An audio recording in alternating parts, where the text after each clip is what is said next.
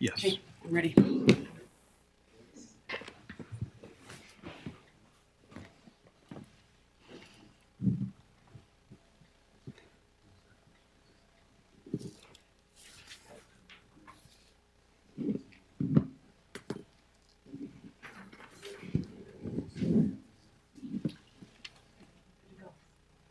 Great, thank you. Thank you for your patience. We've switched over. We're here now for a Board of Commission meeting. And as we do for all our commission meetings, we like to open with a prayer, reading, or thought, followed by a pledge of allegiance offered by a volunteer for each of those. We have a volunteer for the prayer. Do we have someone for the pledge of allegiance that could lead us in that? Thank you, Mayor. Pastor Linda Walton, thank you. Let's pray together. Our dear Father, we have so many things to be grateful for. One is being in this room together, to have the freedom to do so, along with the other constitutional things that we have, like freedom of religion, freedom of assembly, all of those things, Father, we are so grateful for, because it gives us a great government. It gives us an opportunity to talk to you according to our beliefs. And Father, as we pray today for everyone assembled here, we pray that your will be done, that fairness and honesty and love will be something that we all work on. We are here to have a wonderful county, and that's what we really want to have, Father. And so please give us the wisdom to do that. Thank you for this chance to get together, Father. And as we enter a very big holiday season, we pray that you will bless all of the different faiths, even though we have gone from about 40 faiths in this valley down to about 8. We still are encouraged that you will take care of that, and we will do what you want us to do. Thank you so much, Father, we pray. And because it is a holiday season, in Jesus' name, amen. Amen. Thank you, Pastor Walton. Audience, please rise. Repeat after me. I pledge allegiance to the flag of the United States of America and to the republic for which it stands, one nation under God, indivisible, with liberty and justice for all.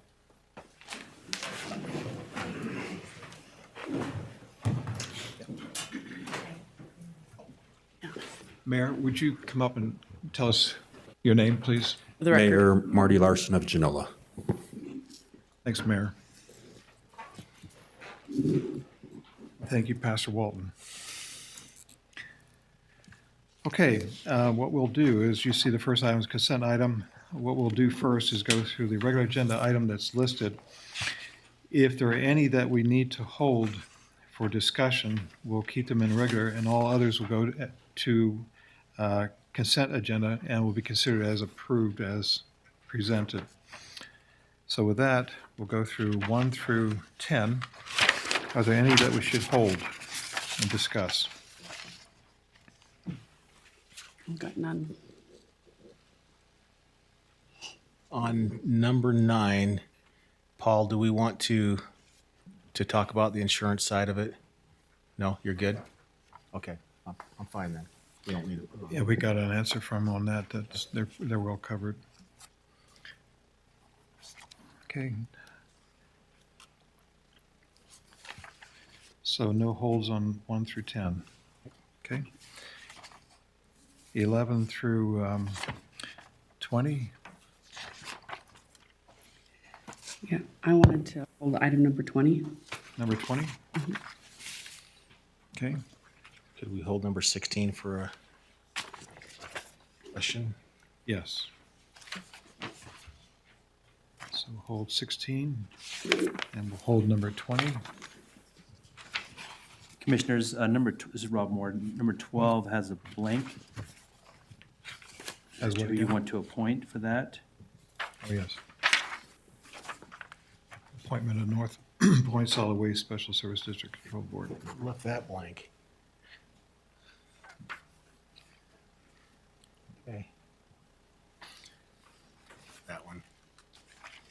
Okay, we'll hold number 12.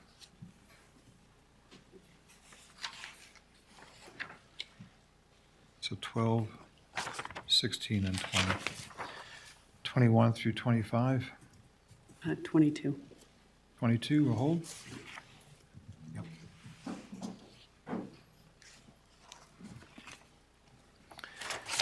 And I understand we only need to hold for close number 26. Are there any others? I actually don't need that anymore, so Do not need that one, so we'll strike 20, all of them then? my understanding, yeah, and I don't think, and Ralph doesn't need 26 either. So Okay. Rob, for real? for real, Okay. Gone. He already left. I mean, the only thing I would say, if you wanted to discuss number 12 in closed session, you could do that, but you did that I last think week. we already did that last We week. did, so. I think the only reason we have to hold it is because you didn't write your name down. That's your choice. That's why I was laughing. Okay. So one more time, we have no No closed closed items. sessions, thank you. That would be a rare thing. Yes. So we'll A banner strike, day, apparently. we'll strike 26, 27, 28, and 29.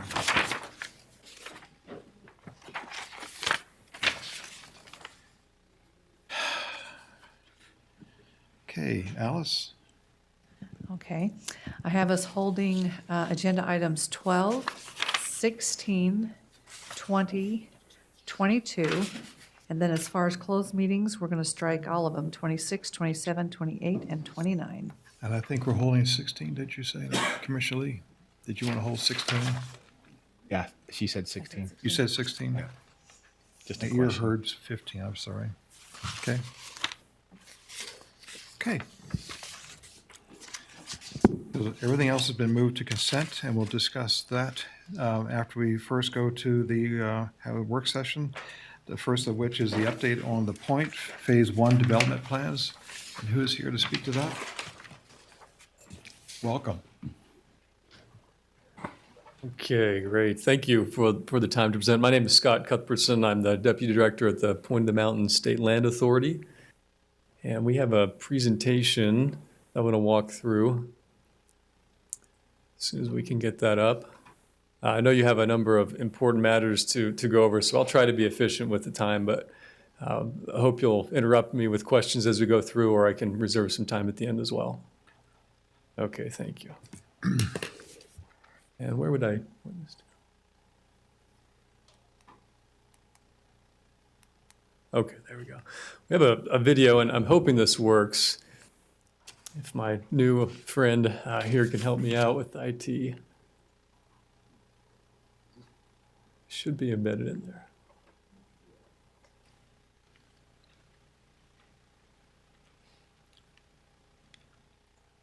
You probably heard something of what's taking place at what we call the Point, which is the site of the former state prison. It's been a project in planning for a number of years, I think 15 or so when it was first envisioned. And we're actually at the point where we're making real on-the-ground progress with demolition just starting last week. And you had some resistance, too. The tower did not want to come down. They build them better than they used to. It was a newer one. And safety first, right? Can't rush these things. Okay, we'll see if this works. Get the volume going. Well, we can skip the video presentation and just move to the next slide, and I can give you a little bit of orientation on where we are, if you would. Yeah. Okay, thank you. Let me just give you a little overview first. So the site, as you know, is where the former prison rests currently. It's 608 acres. We've developed a framework plan that came from some of the best planning minds in the country, a firm out of California called SOM. They do work globally. And that was a year-long process. Since then, we've been in the process of negotiating with a master developer partner who will kind of take on phase one of the plan, which is roughly 60 or 70 acres at kind of the center of the site. What makes this so unique in talking to other sort of folks in the industry and in the media and projects we've seen as well is that it is state-owned land in a, of course, fast-growing area, the nexus of two of the fastest-growing counties, as you well know, in the country, with a very vibrant labor shed surrounding it, and with the ability to build this out patiently. So this won't be sold off to the highest bidder. The land's going to be retained by the state. We'll enter into 99-year ground leases with development partners. Interestingly, this is a project that is within a city, within Draper, but on state-owned land, and so we have to partner with them closely, and they've been great partners in that process. It also means that we, as the state, retain land use authority. We have taxing authority, and it's a true public-private partnership, both working with Draper, with Salt Lake County, with Utah County, and with our developer partner. We see this really as just as much a Utah County benefit and project as a Salt Lake County benefit and project. And we have some regional economic data points that I'll share in the presentation that speak to that a little more. Okay, so here's just an aerial of the site.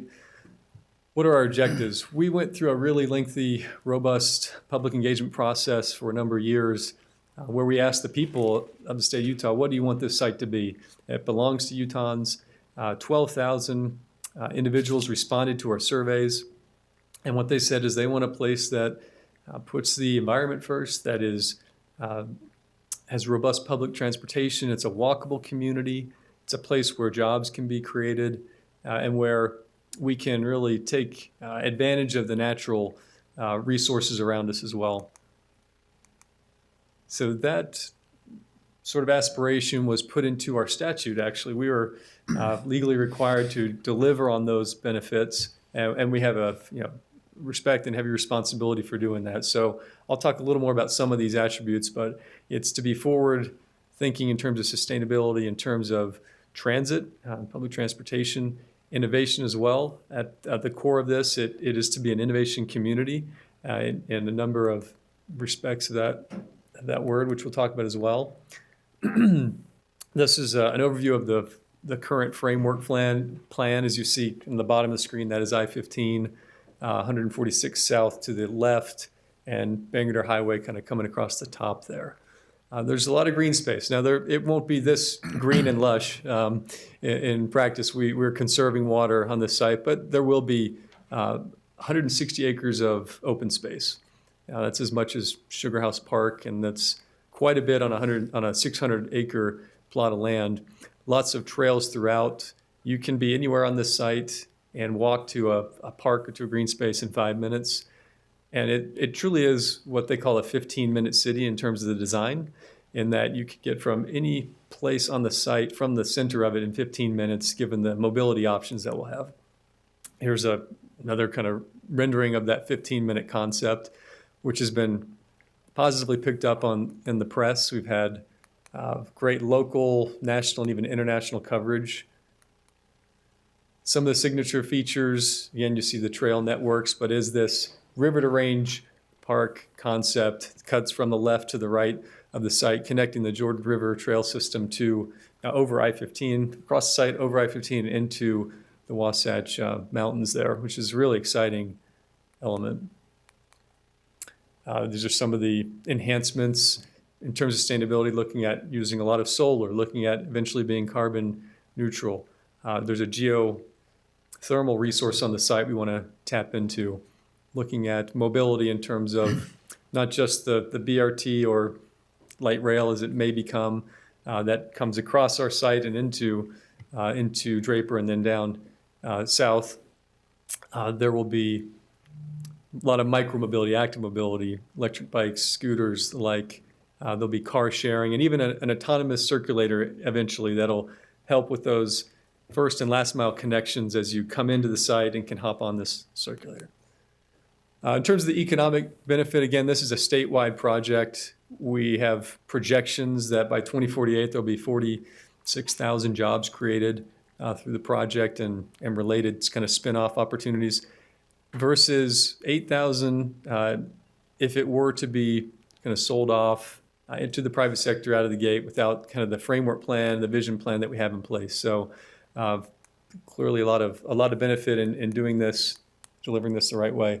These are some conceptual renderings of what phase one will look like since we've engaged our master developer partners. You can see this will be a dense region. We think the second densest in the state by the time it's completed.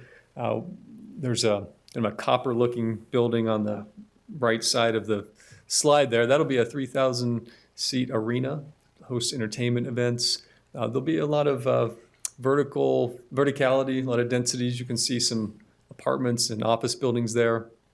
And Central Park kind of at the top, which will be a very prominent feature. Again, some more renderings. The development consortium that we're working with is a combination of a national powerhouse, if you will, Lincoln Property Company, and then we have Wadsworth Development and Colmena Group, 2 Utah firms that have come together for this project. And we'd note there'll be plenty of opportunity for various Utah companies to get involved. This is another rendering of the River to Range Park. And so as you come kind of more into the ground level, you see some of these views.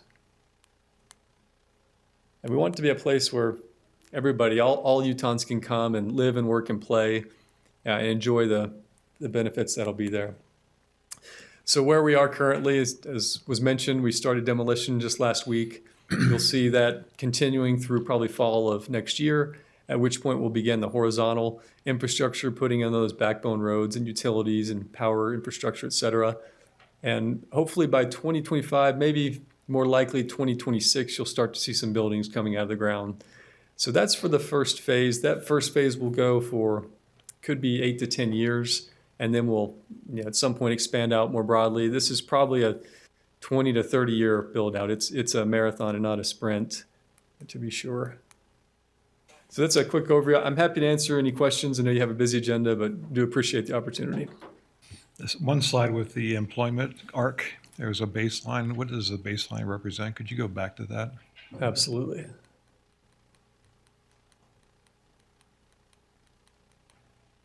That one. There we go. Yeah.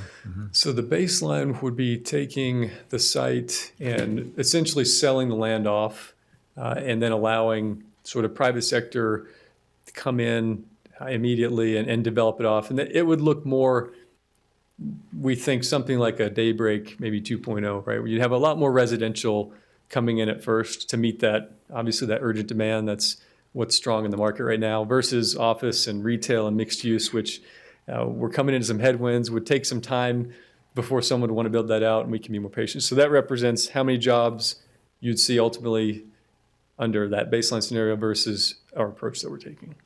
And yours, the 46,000, That's it would correct. represent because you have a greater mix use of that land than That's right. business, communities, residential, I mean. That's right. It's Okay. less residential. We'll have an institutional presence with system higher education coming in and those type of investments. Okay.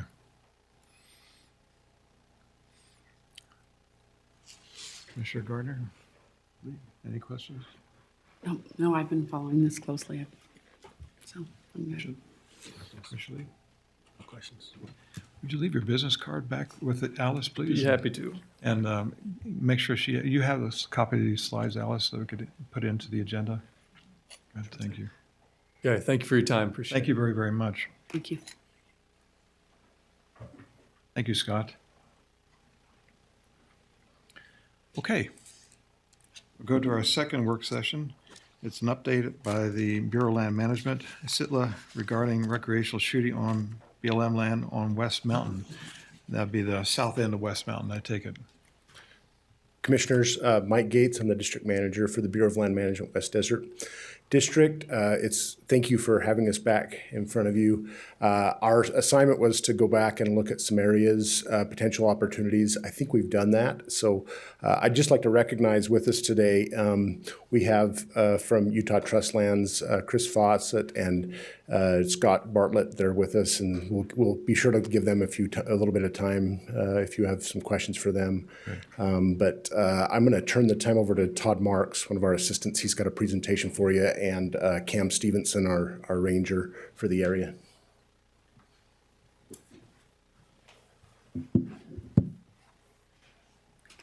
Hey, good afternoon, Commissioners. Thanks for the time. Todd Marks, Assistant Field Manager for the Bureau of Land Management, Salt Lake Field Office. And Cam Stevenson, District Supervisor for Law Enforcement with the West Desert District.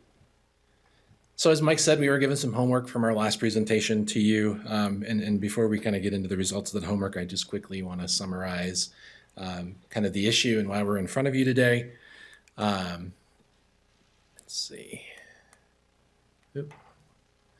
Okay, so Mike's already done a little bit of the introductions, but just an overview of the issue. Really, what kind of brings us to the table and to considering this type of action is over the years we've had a number of incidents with target shooting rounds impacting the residents' homes and outbuildings around the south end of West Mountain.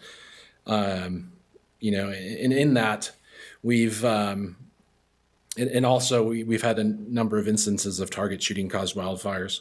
In initial response to those incidents, we undertook a program of installing a bunch of signage, letting shooters know that there's homes over the ridge to choose proper backstops, and just kind of informing them of safe shooting practices. And we've also increased, Cam and his team and my recreation team increased patrols out there to engage folks that may be shooting, unsafely. And over those years, over the few years that we've been kind of increasing that effort, we still really haven't seen the improvement we would like to. I think most notably, we had an incident early this year where a round entered a resident's outbuilding and came within a couple of feet of a resident that was in that outbuilding. So, that really kind of brought us back to the table. We engaged SITLA, we engaged representatives of the adjacent towns, Santa Quin, Genola, Payson, to really kind of start talking about how we're gonna deal with this issue. So, Cam, do you have anything else you want to add? I don't think so. I think you've hit all the points, so just keep Okay. rolling with it. Okay. So, as we showed you before, let's see. So this is just kind of an overview of the proposed target shooting closure. It does involve Bureau of Land Management and SITLA lands in the hashed polygons. A total of 1,369 acres, 961 of those acres on BLM, 408 on SITLA. So that's kind of the proposal we came up with and presented to you last month. And then the homework that you asked us to do was to provide some alternatives. Where are the people are going to go, if we were to close this shooting area? So I'm going to go over these alternatives next here. We looked at a couple of alternatives, proximal to West Mountain. We've got one area that's already kind of a popular hotspot for shooting that has some development, and that's the north end of West Mountain by Lincoln Beach. And then the other alternative we identified in West Mountain was the application we currently have before us from the Citizens Marksmanship Program to build a state-of-the-art shooting range on the south end of West Mountain. That project is currently undergoing analysis through our National Environmental Policy Act compliance, and we're working through that and hope to eventually authorize that through our Recreation and Public Purposes Act. I will get into a little more details on both of these sites here. So the north end of West Mountain, as I said earlier, is already a very fairly well-used area for target shooting. As you can see in the photo in the top left, those are some berms we constructed a couple of years ago to give folks safe backstops for shooting. One of the issues we have in this area, and you can kind of see in the bottom right, is we've got a fair amount of Native American rock art in the area. further down the slopes, we've had a lot of instances of target shooters actually shooting at the rock art and damaging it. So the installation of the berms and stuff further up the hill was an effort to really draw folks away from the area where the rock art's most impacted and give them a safe spot to shoot that's a little more developed. And I think this area could actually see more development. So one of the very recent developments in the Bureau of Land Management is our field office down in Phoenix has actually constructed 2 public shooting ranges and is in the process of constructing another 2 and getting funding for a 5th. So the Phoenix field office is actually kind of paving the way on this. These are the first ones on Bureau of Land Management land, but as you can see in the bottom left there, that's a photo of one of their shooting ranges and just kind of the infrastructure it provides. I think we have a very strong desire to take a page out of that playbook, and whether we use it at the north end of West Mountain or other areas throughout the field office, this is certainly something that we're going to be looking to pursue. So.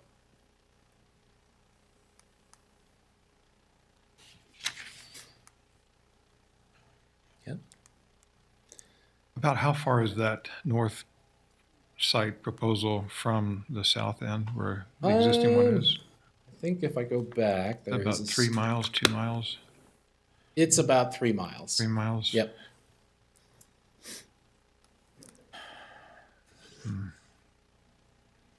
And then to give a little more detail on the citizen marksmanship program, Payson Shooting Range, as we're calling it, we have an application from them to develop a pretty state-of-the-art facility. This would be a paid facility to offset the costs for their operations and maintenance, but nonetheless, we think there's a lot of opportunity here. You can see kind of a concept design on the left there. Includes skeet shooting, archery, pistol ranges, long distance shooting ranges, clubhouse, and the picture in the bottom right is actually a picture of their clubhouse for their similar shooting range down in Alabama, I believe. So this is again a proposal we're currently working through reviewing and hope to in the next year or so maybe get to a point where we can authorize this type of development there.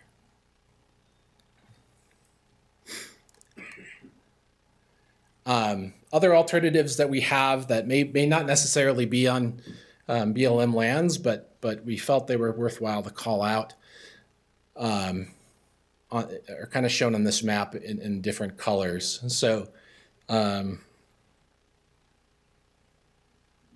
So we have a couple of already developed ranges that actually Utah County has developed and operates, and one being Thistle, which is just off of Spanish Fork Canyon, and then you have the Soldier Pass shooting range up in the Lake Mountains as well. Those are developed ranges. There's infrastructure there, and that's a good place for them to go. And then a couple of the other areas I wanted to point out. You see in the southern end of the map here, hashed in blue, are a couple of fairly popular, and Cam may be able to give a little more context on it, but more dispersed shooting areas. So similar to the way the southern end of West Mountain is now. You've got Goshen Canyon, which is a mix of private and state land, and then what I'm calling the county line, which is Utah DWR land. And those lands are already being used for more dispersed shooting, and through additional conversations that we're still having with those folks, there may be an opportunity to provide some more developed opportunities there too. So is there anything else you want to add as far as that goes? No, I think, that county line area is some of you might be aware, is there's a good portion of our target shooters that go there already. Goshen Canyon's more locally used and much more sparse than anything else, but that county line range is already being heavily used by quite a few people. Initial observation for me, I looked at the shooting range and that range, the southern west mountain area with Public Works through Google Maps, and I think it's like 1.25 to 1.5 miles from the firing line, roughly, to where the impacts had been. It just seems like around going at an arc, it might not travel that far. What size caliber were the rounds, and how deep were the impacts? So we asked the State Crime Lab to come out and do a study for us, a ballistic study. And they spent a year on that study. They went to a lot of these residences where they'd had round impacts. Measured the caliber. Dan Taylor, one of the residents that's had a lot of these impacts, has kept the rounds that he has found in his barns, outbuildings, and yard. And a lot of the one, and it varies. It depends on where you're at in Genola. Is depending upon the caliber. So the further north in Genola, where Dan Taylor's residence is, the majority of those rounds are .30 caliber, higher caliber rounds. But as you go closer to resident Tom Turner, who had the most recent impact, there are smaller caliber from handgun rounds to 223 and 22 rounds. 22, okay. So I could see a 30 caliber going a little bit further than that. I'm just concerned that if individuals are taking shots outside of that range where it currently is, that it may not be the ranges of issues, but it could be just someone wandering in other areas. We had a Yeah, see, that was report- my concern as well. I don't see a 223 round going that far No, and no. impacting a building like No, that. that's It's why- just Yeah, not that's- going to happen. That's what I was saying, the 30 caliber might. Right. I haven't tested that one, but more recently, you probably read about Sunday evening, another city in the county had the same type of thing where the round went through someone's window and into the children's playroom right above where they normally play. And if they were there, they would have been hit. So it's not uncommon. It was someone just shooting just to have some fun, not at a range. So that's why I was asking that question. If it's a range-specific issue, is it a round that was being shot from that has higher caliber, or was it someone wandering along the ridge line and just shooting just for fun and inadvertently hits some of our residents in Genola? So talking to the State Crime Lab, and those are the very kind of the questions we had coming into it, is where exactly are these coming from? You know, our goal with working with the State Crime Lab was to narrow down a specific location. If there was a certain shooting lane that was at more risk than others in this particular area, that would allow us just to close a small portion, just say, well, just don't shoot right here because this is where the stray rounds are most likely coming from. The State Crime Lab was not able to narrow it down that closely for us as we had hoped. And basically the overall consensus in their report was the stray rounds are coming from West Mountain, but they couldn't tell us exactly. It's hard to where. follow an arc. Yeah, Right. they did find though that they did find some .223 caliber rounds in the areas of Dan Taylor's home, and so those are traveling. What they were finding, some were direct impacts, some were ricochet and had tumbled when they had impacted a wall. So they were finding rounds that had actually tumbled and went in sideways and at different. So you have a larger impact. Yeah. Okay. Do they really think from the east side though, even a 223 shot is going to make it that far? I just don't think that's a even- good question. I don't know. Not even you know, possible. As far as I mean, even the where- range on the right trajectory Right. is not going to make it that far, but we have to go over the top. A pretty that's steep where- incline. And that's mountain where to our get question there. came into play was, you know, how does this happen? Because if you're at one of the shooting lanes just directly west of the dump, there's some pretty tall mountain ranges right there. It's probably the safest spot to shoot a couple of those shooting lanes. Their consensus, along with ours, is that they were assuming that those 223 rounds, what was happening is the target shooters weren't placing their targets just in a direct line in front of them. They were hiking up the hill and more and to see how far they could shoot, and more of a long distance type shooting scenario. And so they had thought that there was potential that if those rounds were angled up towards the mountain with the targets placed higher, that they were going to be able to carry over. I worry that we may be throwing the baby out with the bathwater here. That we've got some irresponsible shooters, and so we're going to shut down an entire area for responsible shooters, and that it's not going to solve any problems, but it will cut down people's access to target practice, which I would prefer that anyone who owns a firearm knows how to use it. So I don't want to discourage responsible use. Yes, and I tend to agree with you because I'm a shooter myself. I like guns and I'm all for that. But talking with Sheriff Smith, the city chiefs that help us patrol that area, and with Sheriff Smith providing a lot of those patrols himself, in order to mitigate the risk, if there's at all any risk from a law enforcement side of somebody getting hit, that's too much. Where even, and I think you're 100% correct. I think it's a very small minority of irresponsible shooters that are causing this problem, but they're also causing that risk to those residents. And I think that risk provides if somebody were to get hit, that's too much of a risk to take for us anyway, from my perspective. Right, but do we think shutting down responsible shooting will prevent that? Because if those irresponsible people are doing it in an area that they shouldn't be doing it anyway, what's going to stop them from continuing to do that now? And that was our question with the Lake Mountain Range as well. We thought it was going to be a nightmare to enforce because of that, and actually compliance in that area was far and above what we'd ever expect. And so that's our hope for this area. But again, that's why we're hoping with providing alternative access points that don't have that risk of a residence that is behind the mountain. It mitigates the impact to people, I guess, the direct impact. But I think your points are very valid and good. Yeah, maybe I can add too. I mean, this decision would, is not going to be made in a vacuum. I mean, obviously we're talking with all of our partners here, and to kind of to move forward with the process, there's a lot of public engagement there. We'll have a number of Federal Register notices, public comment periods, engaging with the shooting sports councils, and really we'll take, all of that input into consideration with our decision process, and hopefully too that if we end up going this route, that engagement will like Lake Mountains be fairly effective from the compliance standpoint. What would be the cost to set one up on the north end more fully as you're describing? You've got something there now, but just curious.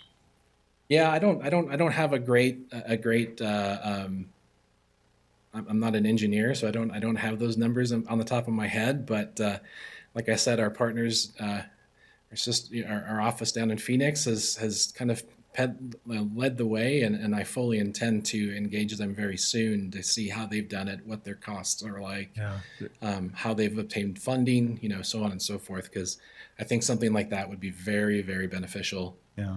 So. Commissioner Guard pointed out a good point is we could close something down, but it doesn't mean that it will stop kids from shooting, and that has to be a consideration. I'd like to see a test of different round calibers and what the arc might be if we did that. And lastly, there's a great range called League K that I learned from another group that's up in Salt Lake County, I think it is, and they use buffers to control errant rounds so that if it is shot inadvertently, it's caught before it gets very far. And it's set up so much so that you really don't see the sky for the shooter who's laying on the ground or sitting. And they have these buffers that go down a certain distance and to help control where those types of rounds go when you have a densely populated area in mind. Is there a possibility of doing that with that southern end? I know you have pace and shooting range as a possibility too.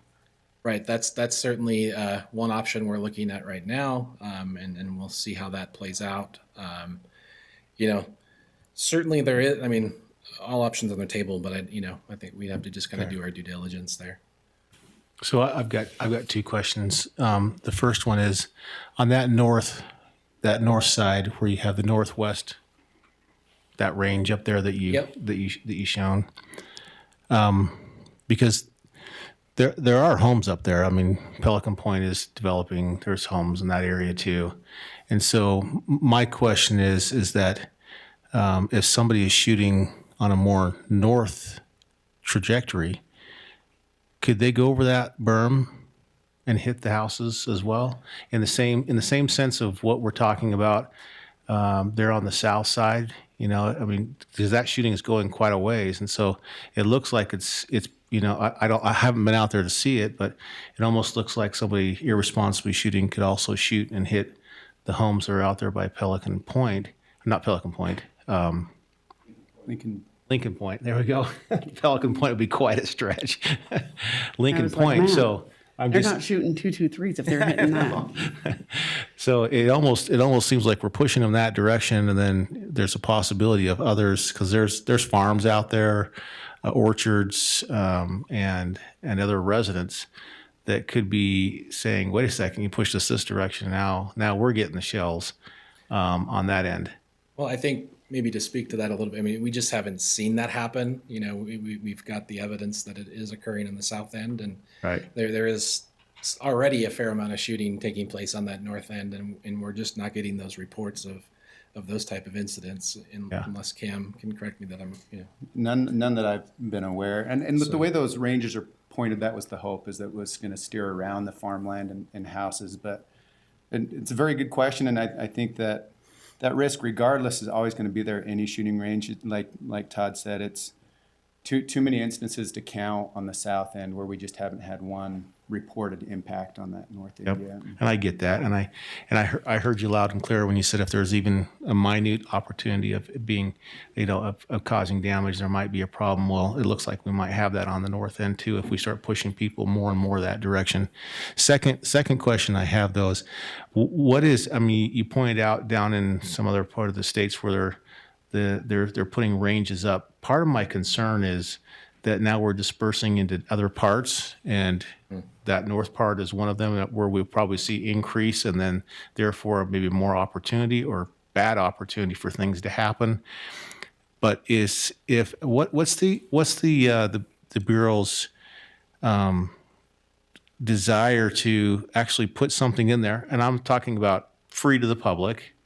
Like, because this one coming in is not, it's going to be, you have to pay to go there.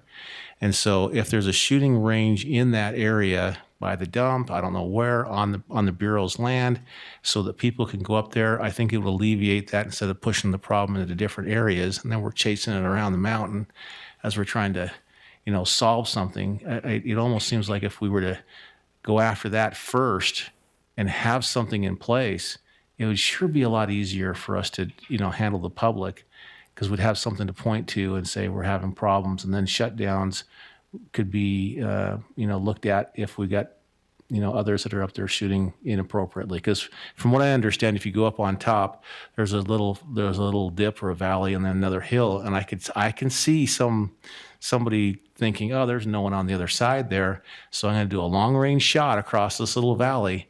And sure, I could see at that point an errant shot going clear down there. On the other side, going up and over the mountain, it's really hard for me to get past that, but I could see up on top that shoot through that little valley, that little loop there. So anyway, some thoughts on what would the BLM actually put into place for an actual shooting range there that the public could go to?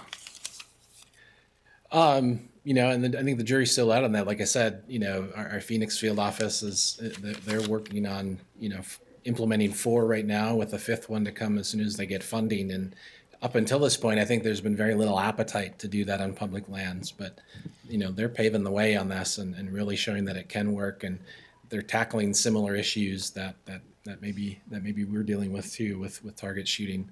I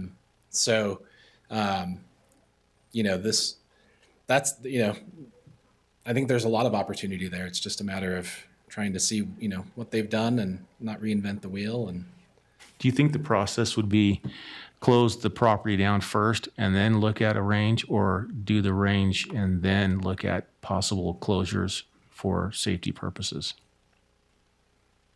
well, I don't know if I could speak to which one would come first. I know right now, we have a pretty strong public safety concern with the rounds impacting the homes and wildfires. And, that's kind of the first priority for us is public safety. And if that, does involve a shooting closure, then it does. It doesn't mean we can't always go back and, implement our own, shooting range in that same area down the road, I Or guess. put them together? Yes. Say they're running simultaneous, I think that Yep. at least it shows to the citizens that we're conscious about, the safety aspect of it. We're also conscious that we're not just conscious about that one area, but about the whole area as people get pushed and dispersed. And that's a very good comment. I think the city chiefs and our partners on the law enforcement side, that was their priority as well as providing an alternative. They would love to see something developed that's free to the public as well. So speaking to, on behalf of Chief Hurst in Santaquin and Bishop in Payson and Sheriff Smith, all three had mentioned that in our last meeting. Yeah, I think a couple of things to keep in mind. One is there are more guns than people in our state. And so this is something that many people enjoy. And there's also an inherent safety risk of people not having anywhere that they can practice to use those firearms, right? So we want to make sure that we're not mitigating one risk while exacerbating another.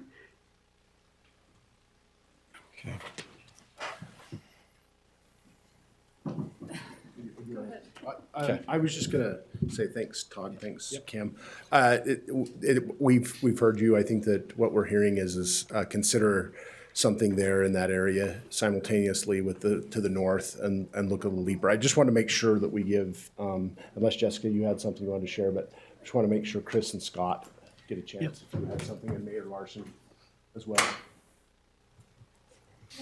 Hi, Commissioners. Jessica Wade, Field Manager for Salt Lake Field Office, and thanks for your time. I did, just quickly, before we shift here to Sitla, I know it's, our folks have been out looking around for a good alternative, and we just have to acknowledge that the more urban interface that is encroaching onto the BLM areas where there used to not be as many homes and folks to live in, it's just a lovely area, and I would love to have my home there too. And I'm feeling like there's just very few safe alternatives to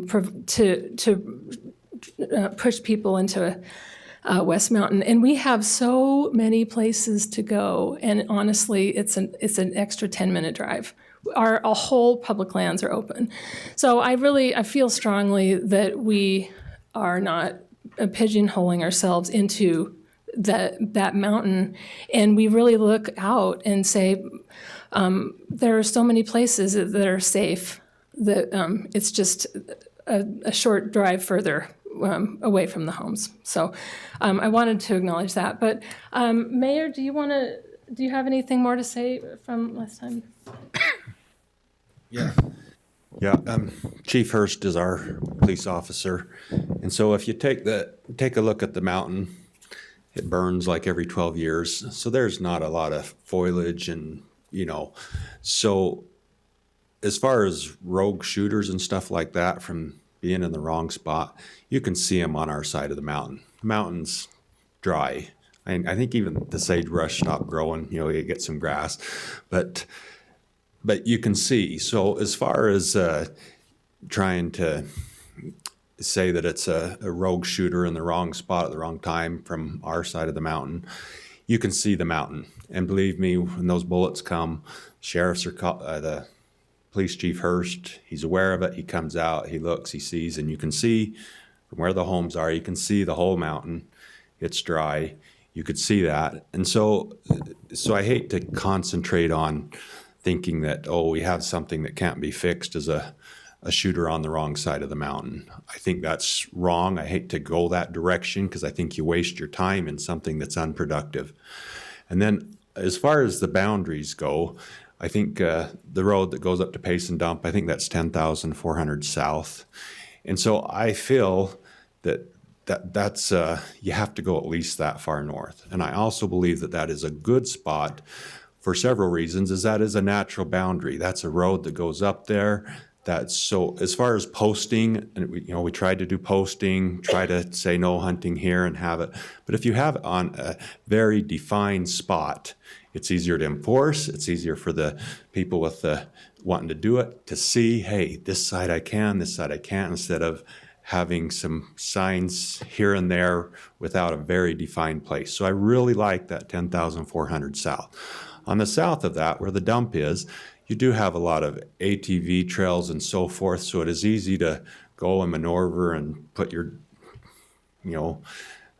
targets here and there and so forth, because it's low hills, lots of trails, where I think when you do go a little bit further north, there is a backdrop, And so as far as Lincoln Point and so forth, I don't know those areas, and I do think, I don't have any science for that, and that probably ought to be looked at. But for today and to now, when you ask, hey, should we find a place for them to go first, or stop it, or do it simultaneously? I do think with Genola's growth, with farmers out there feeding their cows, and new houses coming in, and ditch riders going along the base of the mountain to deliver their water 3 times a day, I believe it's urgent. I believe it's important. I don't believe it's should be in the 5-year plan or however long it takes to develop something else. I think we need to do that now for safety and put safety first, and then and maybe simultaneously at least. But I do think it's urgent enough to act now sooner than later. And I do believe it will be in my town, in Genola. It is becoming a political issue. And it does, I do get the calls, I do get the residents, and I do get the pressure. And so I do believe the people are speaking. And so I would make sure that you open up to, I know there's gun right people too, and you have to listen to both, but these people are speaking up. And they have, up until a month ago, they kind of felt that nobody cares, nobody has listened, they couldn't do anything, there was no response from their government. So I hope we could continue that and not let this slide away. Can I I don't ask? know if there's any questions. I know you've been in discussion with the chiefs and the police and the sheriff. Are they of the same mind that we should shut it down? Yes, so we had a meeting in Santaquin prior to our meeting a month or so ago here, and we had all those with the mayors there, and we were all in agreement, which is exciting. How many times do you get government agencies and politicians together and have them agree? They did. They agreed. The police chiefs of the 3 cities agreed. The elected officials, I think all 3 mayors were there, and the Bureau and SILTA, all of them were there, and they all did agree. And so when does that happen? You guys probably know better than me, but yes, we did all agree. Thank you. Thank you.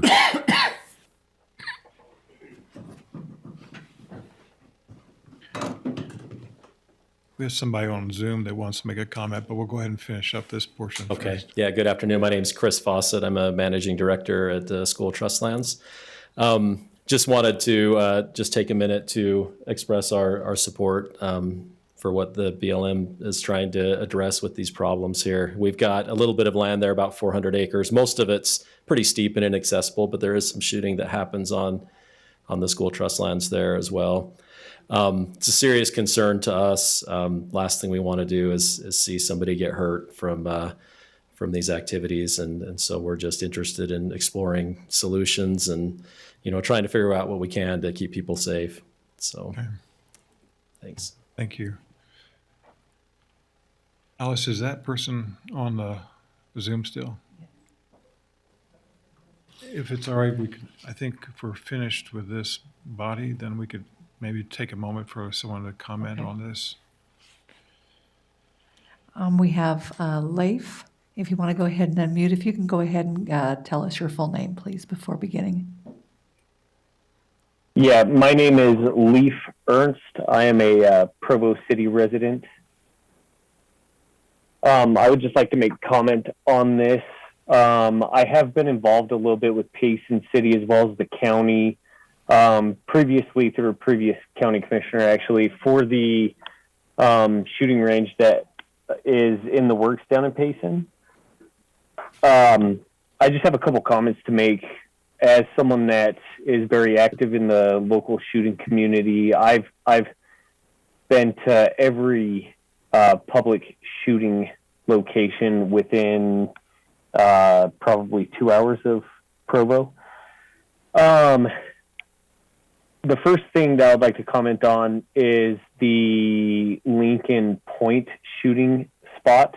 So my family owns some of the property just north of the dedicated shooting berms, and they have had very little problems there with the backstops. And so those backstops are absolutely minimal, right? In terms of shooting ranges, it's not like a high-end, high-tech shooting range like Lee K. All it is some simple berms and backdrops, but that seems to have cut down quite a bit on, accidents, you could say. However, one major gripe I have with that is when 5 Mile first was closed down to shooting, we noticed a huge uptick of people showing up at the Lincoln Beach location to shoot. So here we have a location where shooting was shut down for off-road vehicles to be safe, but then our dedicated shooting spot at Lincoln Beach has not been shut down to OHV traffic. And I've witnessed it more than once where somebody on an off-road vehicle who is not paying attention at all to their surroundings will actually drive directly through the shooting berms.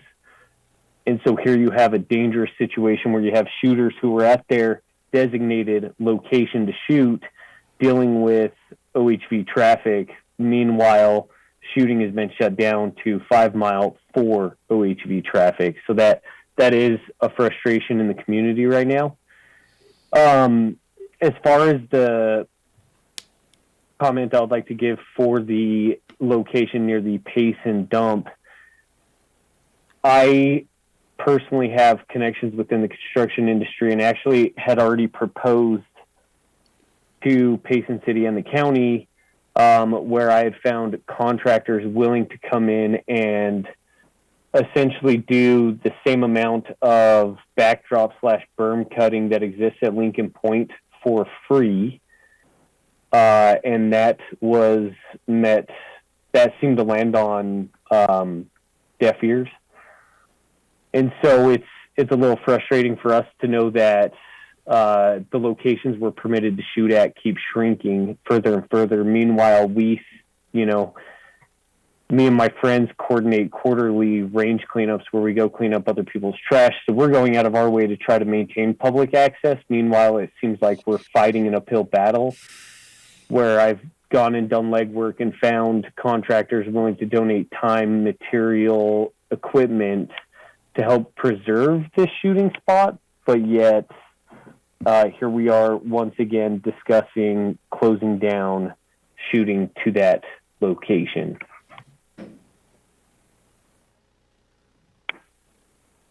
And so that sums up my comment that I would like to make on this. Thank you, Leif. Any other comments there, Alice? Okay. Anything else from the guests here?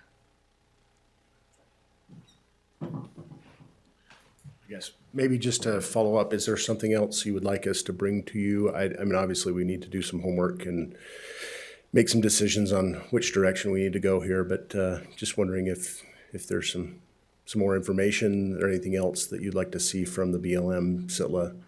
Yeah, I know ultimately it's the range of fire, the direction of fire that's the big concern. So it goes even beyond the berm is what you're getting from all of this. So would like to have a consensus though as to we can't make any decisions here, but we'd like to know if maybe let's do a follow-up meeting, I think, and maybe hammer this out a little bit more clearly. Sure. Okay. And I think from my standpoint, it's just make sure that as we restrict areas that we're making sure that there's still areas that the public can come for free. I want to make sure that there are areas that those gun owners have the opportunity to practice with their weapons. Perhaps in that light, maybe as, not making a decision on which way we go, but maybe we further develop some of our proposals, alternatives, and see what the commission thinks of those. Yeah. Obviously, we don't want to. We believe that we were approached by, the cities and the sheriffs and the law enforcement side of this, and want to make sure that they're satisfied with those as well, and then we'll bring it back to the commission. So and have Public Works involved in that discussion too. Sure, he's got a rich experience on this. Okay, that's great. Thank you very much. Thank you all for coming. Very helpful.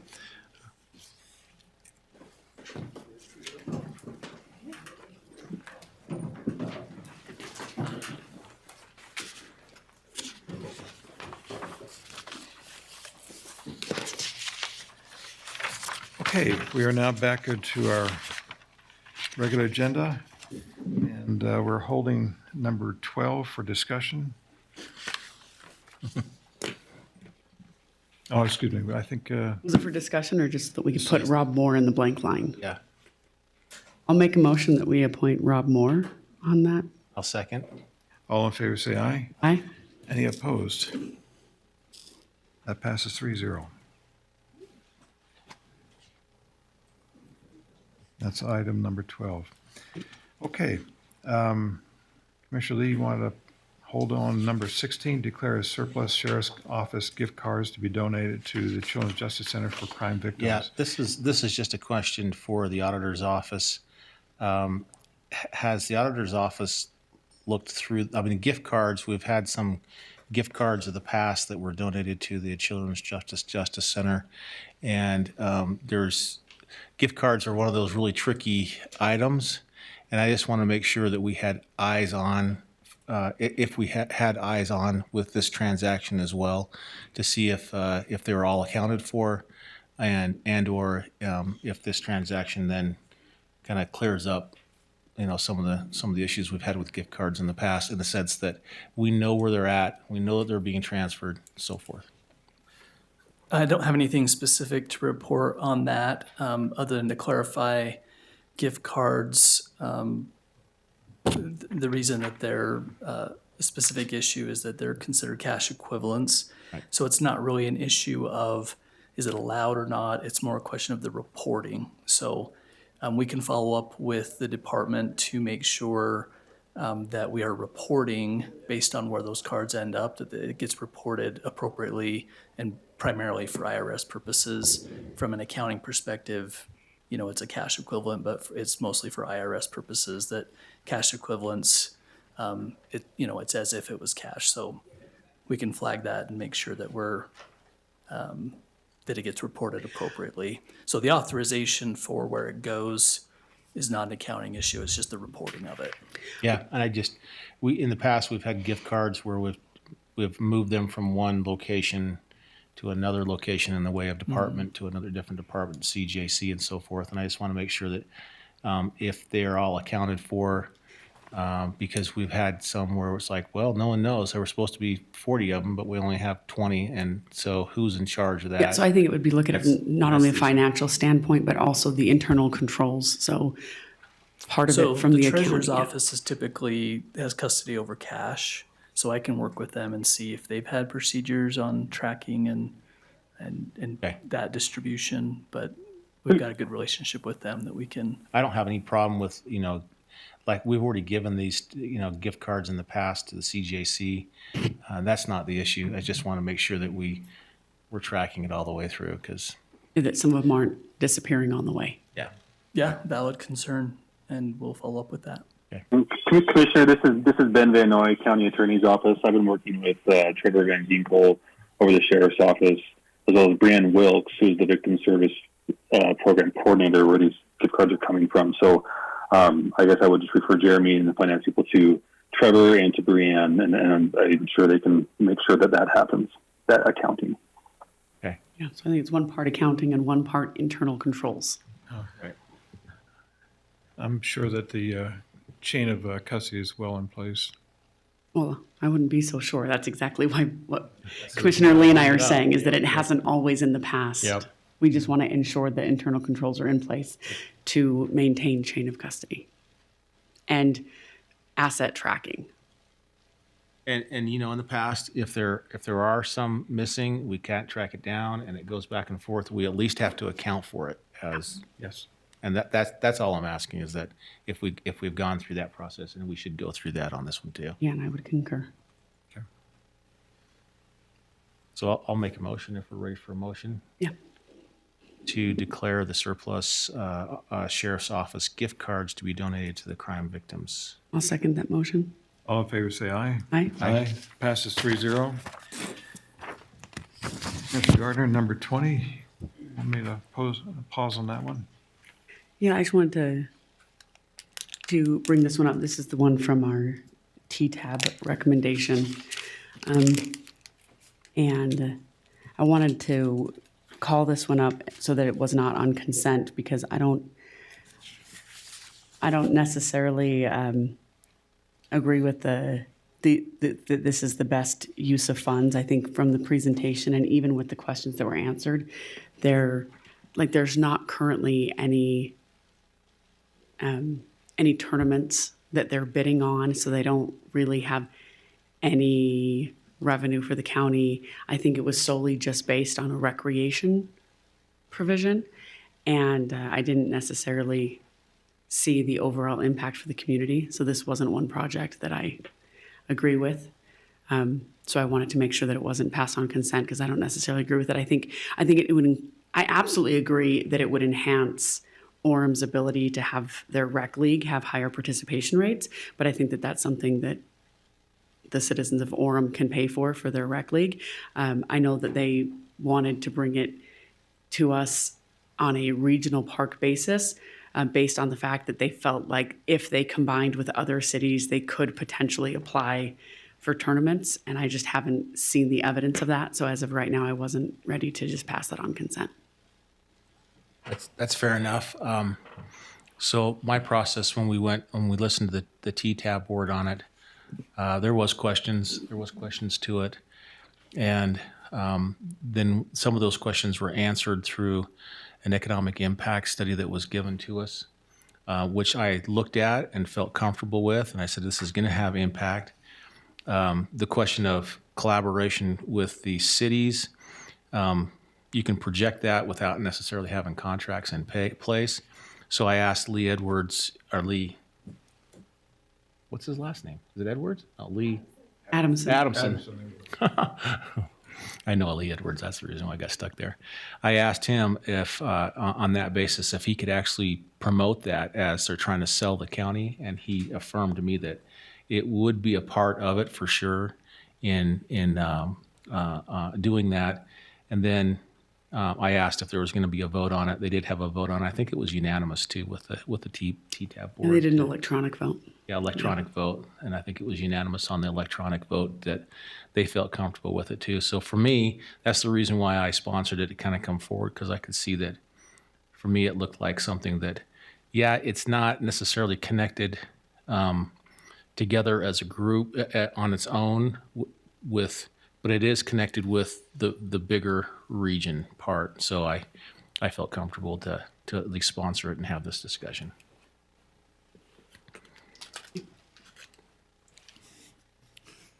Okay, with that, Commissioner Lee, if you want to make the motion, I'll second it so we can get to a vote. I'll make a motion to approve and authorize the agreement as stated number 20 on our regular agenda. Yeah, I'll second the motion. all in favor say aye. Aye. Aye. You have to finish the. You have to ask for the opposed. I so rarely hear it. Any opposed? Nay. Okay, so that passes 2-1. Thank you very much. Okay, number 22, Commissioner Gardner. Yeah, so I had questions on this one, Bryce. I did have a couple of constituents from the county reach out to me, and they were concerned that this particular ordinance change would be taken advantage of by some of the mining operations on county land, and that they would build silos over 40 feet tall that would create an eyesore. So I was wondering what your thoughts are on that. And Sure. Bryce Armstrong, Community Development staff. So this was a staff-initiated proposed amendment. From time to time, staff, when we get the time, takes opportunities to look and see where we can improve the ordinance, where we found that some things that we can do to maybe cut down on some of the regulatory barriers that can add time and cost to a project. And so this is related to specific heights of uses that are already permitted. So we're not creating new uses that didn't already exist.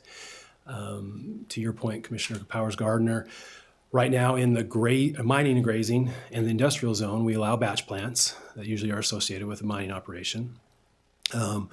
By permitted use, meaning they don't have to go to a conditional use public meeting process. They can build structures, generally silos for the batch plants, up to 40 feet without a conditional use. They can go above that.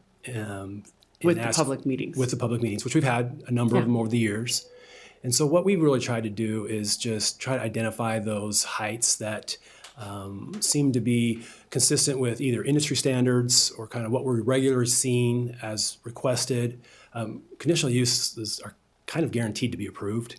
Really what you're doing is looking to see what kind of mitigating conditions you can attach to mitigate adverse impacts. Not eliminate by state code, just mitigate. And so we found specifically for batch plants that we've had requests as high as 100 feet.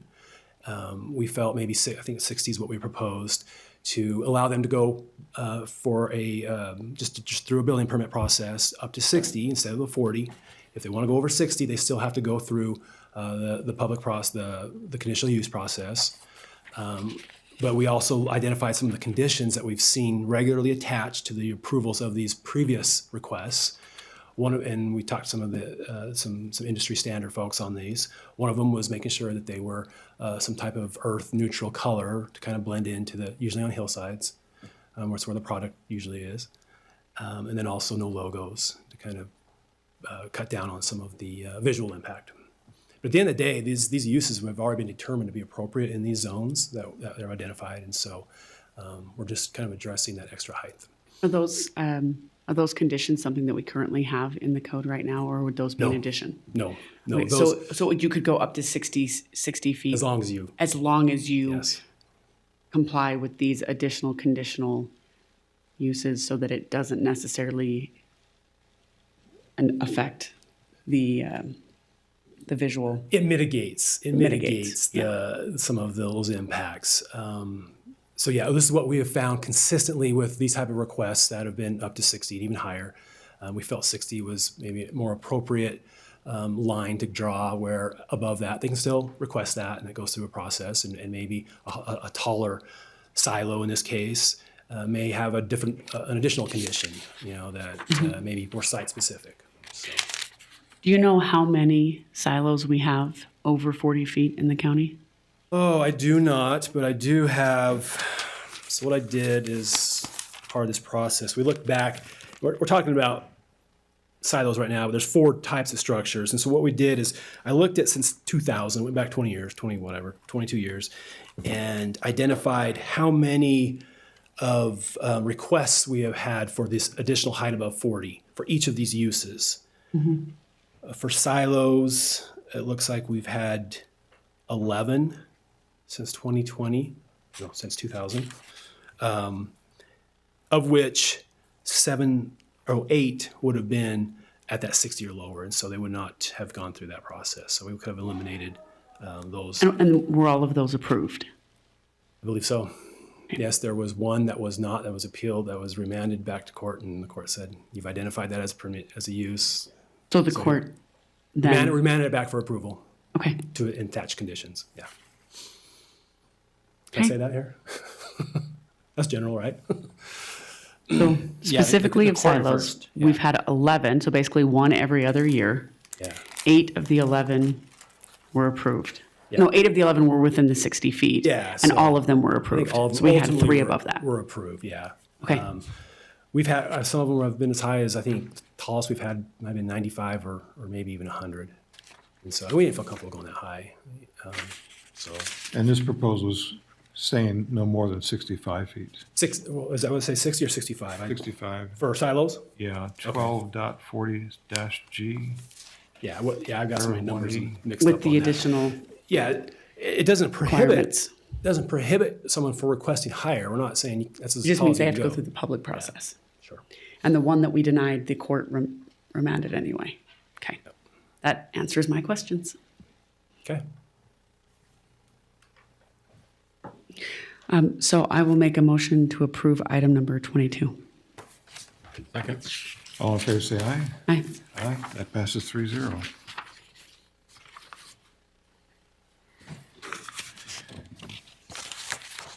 We have no other agenda items. We have no closed session items. Are there any public comments?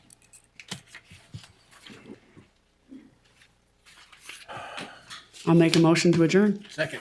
All in favor, say aye. Aye. We are adjourned. Thank you, everyone.